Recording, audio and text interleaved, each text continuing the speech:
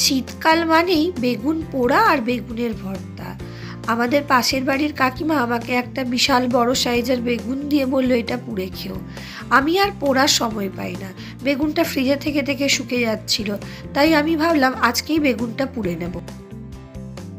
প্রথমে বেগুনের চার সাইডে অল্প অল্প করে ছুরির সাহায্যে কেটে নিয়ে তার মধ্যে কয়েক টুকরো রসুন ঢুকিয়ে সর্ষের তেল মাখিয়ে পুড়িয়ে নিলাম।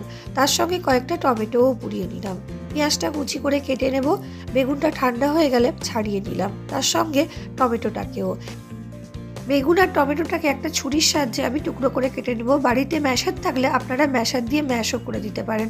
এবার আমি রসুন আর ধনেপাতাটাকেও কেটে নিচ্ছি। কড়াইতে সর্ষের তেল গরম করে জিরে ফোড়ন অ্যাড করলাম, তার সঙ্গে রসুন কুচি, লঙ্কা কুচি আর পেঁয়াজ কুচিকে ভালোভাবে ভেজে নিয়ে বেগুন আর টমেটোটাকে অ্যাড করে হলুদ, লঙ্কার গুঁড়ো, ধনে গুঁড়ো ভালোভাবে মিশিয়ে উপর থেকে ধনেপাতা ছড়িয়ে দিলে তৈরি হয়ে যাবে বেগুনের ভর্তা।